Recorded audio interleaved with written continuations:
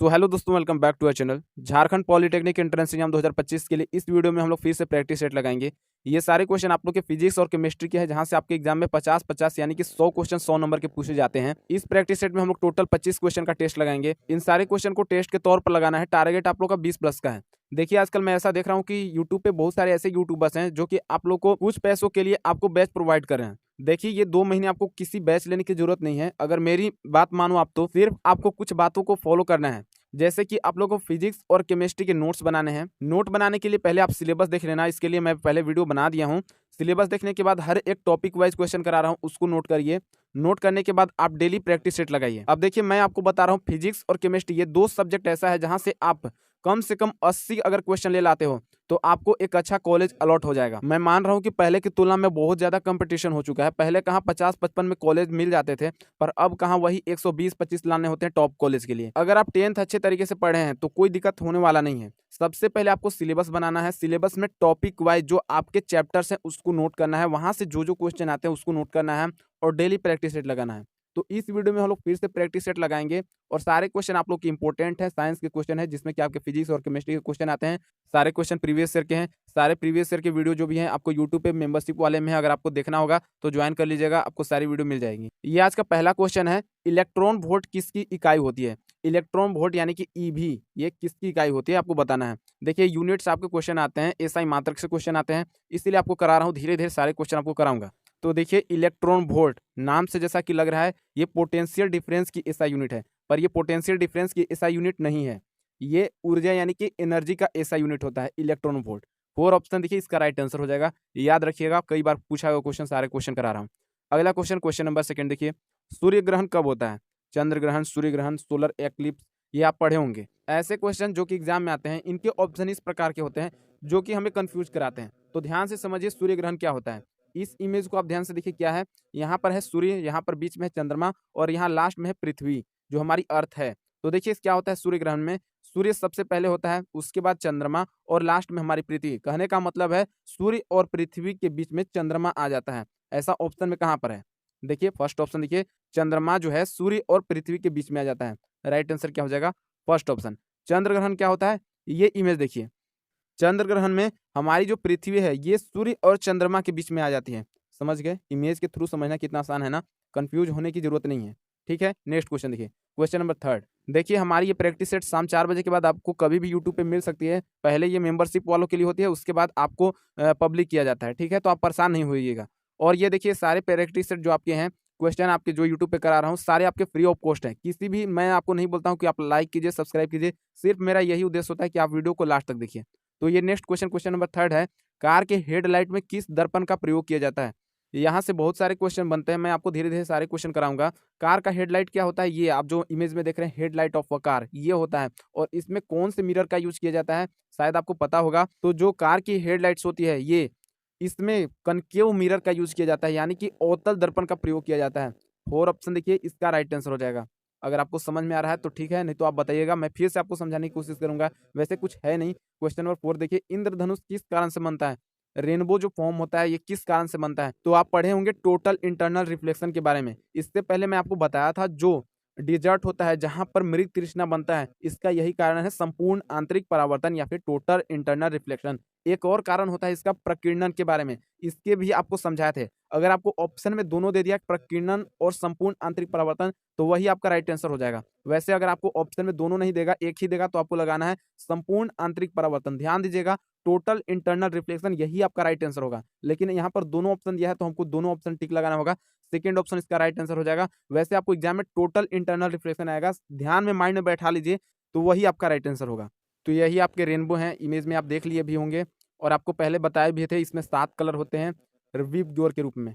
5वां number question क्या है? निम्नलिखित में से कौन सबसे अधिक प्रत्यास्थ है? प्रत्यास्थ क्या होता है?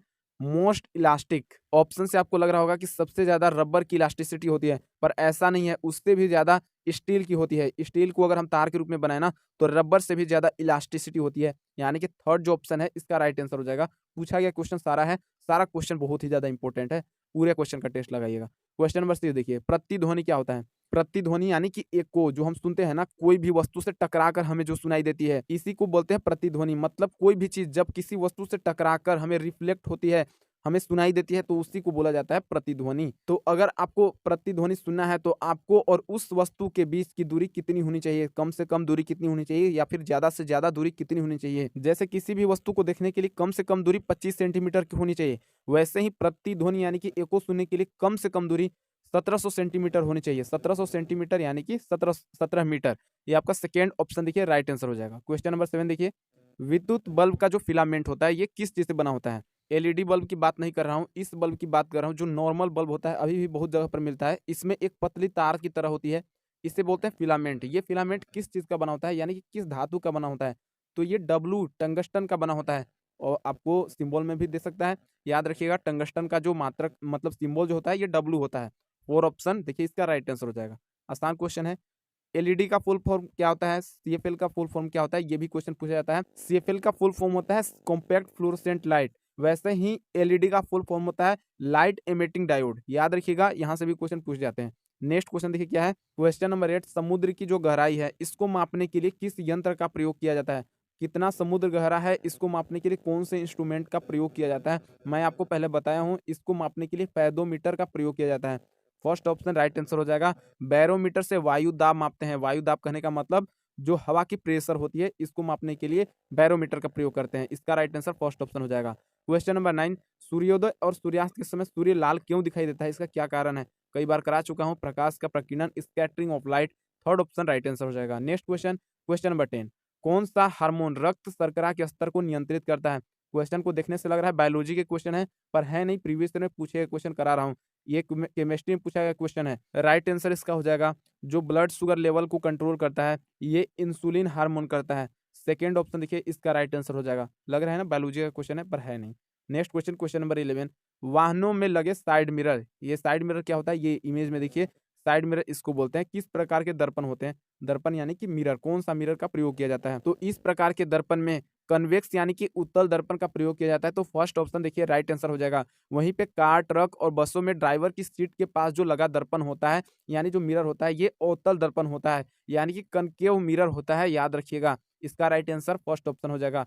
नेक्स्ट क्वेश्चन देखिए क्या है, सीता 1.5 मीटर लंबी है और अपना पूर्ण प्रतिबिंब देखने के लिए दीवार पर लगे समतल दर्पण के पास सामने खड़ी है। तो समतल दर्पण की न्यूनतम ऊंचाई क्या होनी चाहिए ताकि सीता अपना पूर्ण प्रतिबिंब देख सके। तो देखिए इस प्रकार के न्यूमेरिकल क्वेश्चन में कुछ है नहीं, कुछ करना नहीं होता है। जो अगर आपको दिया है कि समतल दर्पण को आपको मतलब समतल दर्पण की ऊंचाई आपको निकालना है तो कुछ नहीं करना होता है।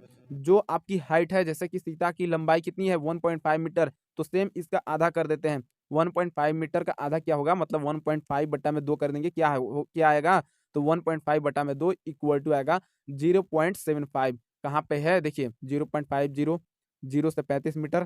थर्ड ऑप्शन देखिए 0.75 मीटर, यही आपका राइट आंसर हो जाएगा। मतलब जो सीता है अगर इसको पूरा प्रतिबिंब देखना है, पूरा इमेज देखना है, तो इसे 0.75 मीटर लंबाई पर खड़ा होना पड़ेगा।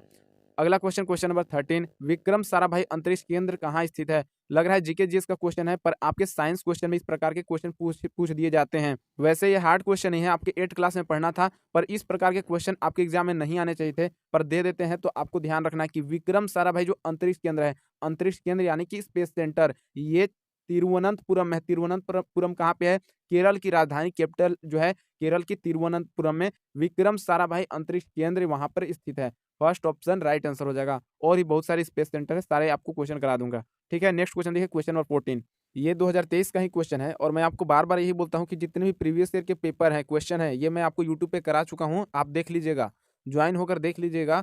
ऐसे नहीं बोलता, क्योंकि बहुत बार रिपीटेड क्वेश्चन आपके एंट्रेंस एग्जाम में, आपके झारखंड पॉलिटेक्निक एंट्रेंस एग्जाम में पूछे जाते हैं।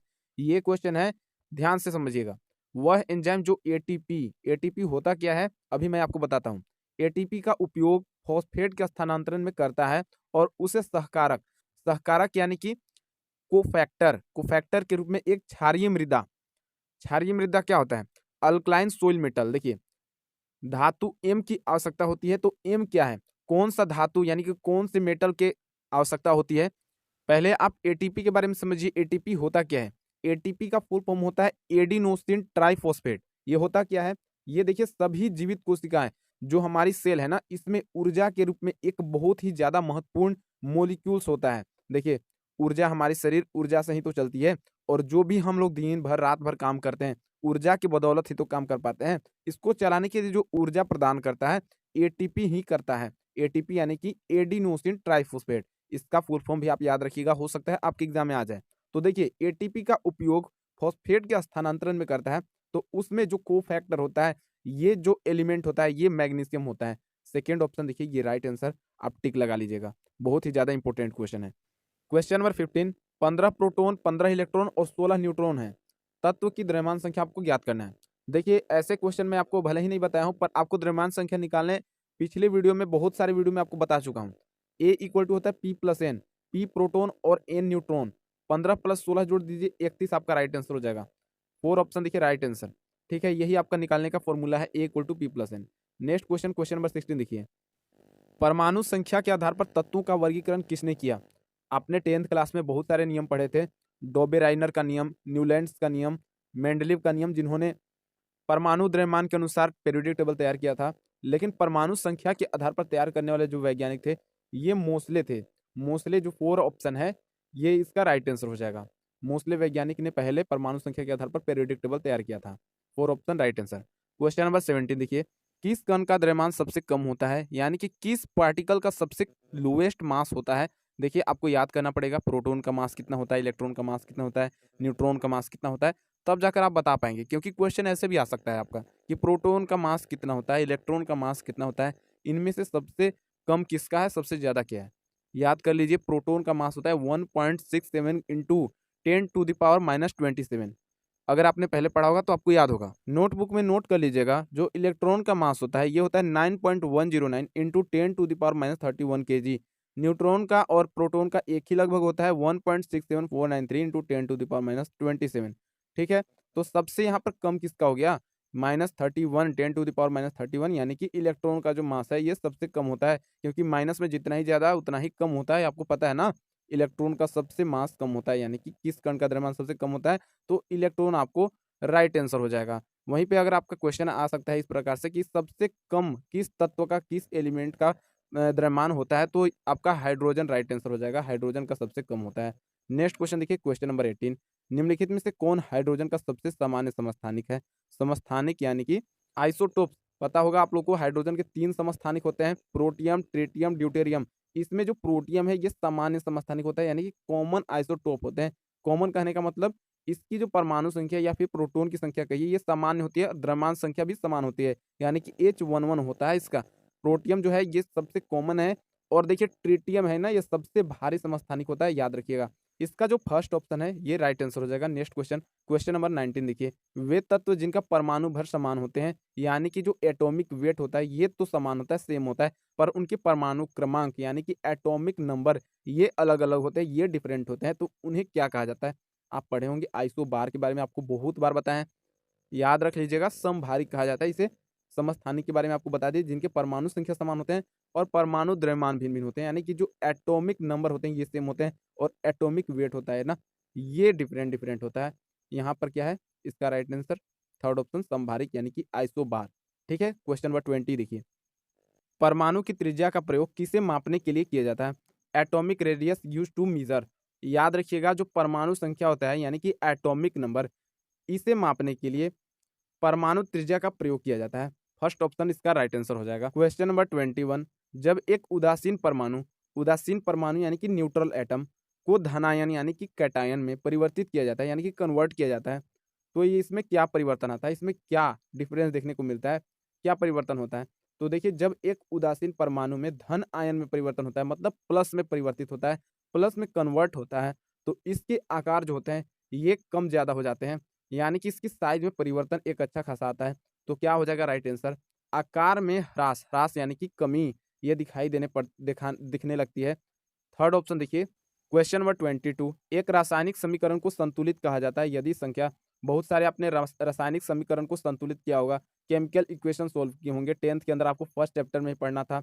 रासायनिक समीकरण को संतुलित करना आपको पहले से ही आता है। तो देखिए इसमें होता क्या है, एक रासायनिक समीकरण को कब संतुलित कहा जाता है?